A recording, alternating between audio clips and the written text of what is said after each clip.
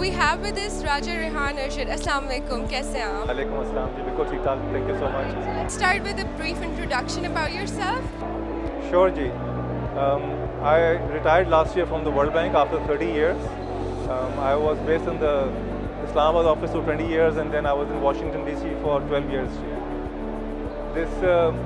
This experience with the World Bank has really given me an opportunity to work a lot in Pakistan, especially on disaster risk management.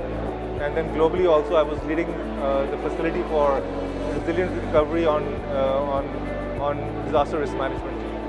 So with that as an introduction, I think I am very happy that I am here, invited not only as a panelist but also as a participant. So over to you. Okay, so what do you think about today's Expo, and what are your thoughts on DRMF's efforts collectively for Pakistan? This Expo is excellent. It's long overdue, but it's better late than never. And the good thing about this Expo is it's bringing together a lot of different shareholders and stakeholders. And I think this is the main benefit of this Expo, because very seldom do all the different stakeholders get a chance to come together, network, exchange ideas, and then of course benefit from the different sessions, the information that is being shared, all the stalls, and also the different deliberations that are happening. The panelists are of course very, very experienced, and they are sharing their experiences. So this is the kind of Expo that is really needed, and hopefully this is going to be a launching pad for this kind of knowledge sharing and experience sharing in the coming days and months and years.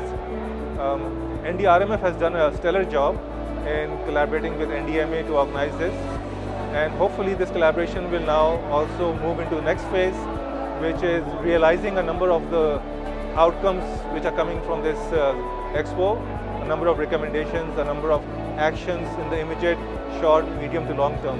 So hopefully this is the start of something which is going to be big, and it's going to be something which is going to be done in collaboration and in consultation with all the shareholders and stakeholders. So what does a resilient future mean to you for Pakistan? I would say that a resilient Pakistan would mean that every single citizen as part of the country is able to cope with all kind of shocks, not just natural hazards or climate change, all kind of shocks, whether they are economic shocks, livelihood shocks, health shocks because of the COVID epidemic, or they are shocks which are related to social conflict within groups or within families. So to me, if each and every citizen is in a position to cope with these different shocks and stresses and come out with a much better future, that to me would be a resilient Pakistan.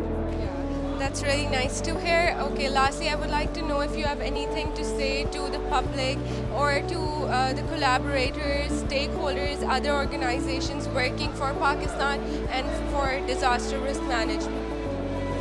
For the public and in the context of resilience, I would like to say we really need to respect each other.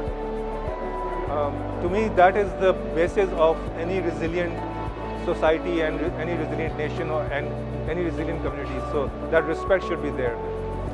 For the institutions, whether they're the public sector institutions or non-public sector institutions, my advice is that they really need to work together and play their role, whether it's at the strategic and policy level, whether it's the operational level, or whether it's at the community level. Each one of these levels has to play its role, and it has to be played in a manner where it's consistent, uniform, and for the larger good. All right, thank you so much for your time and your insights. It was really nice speaking to you.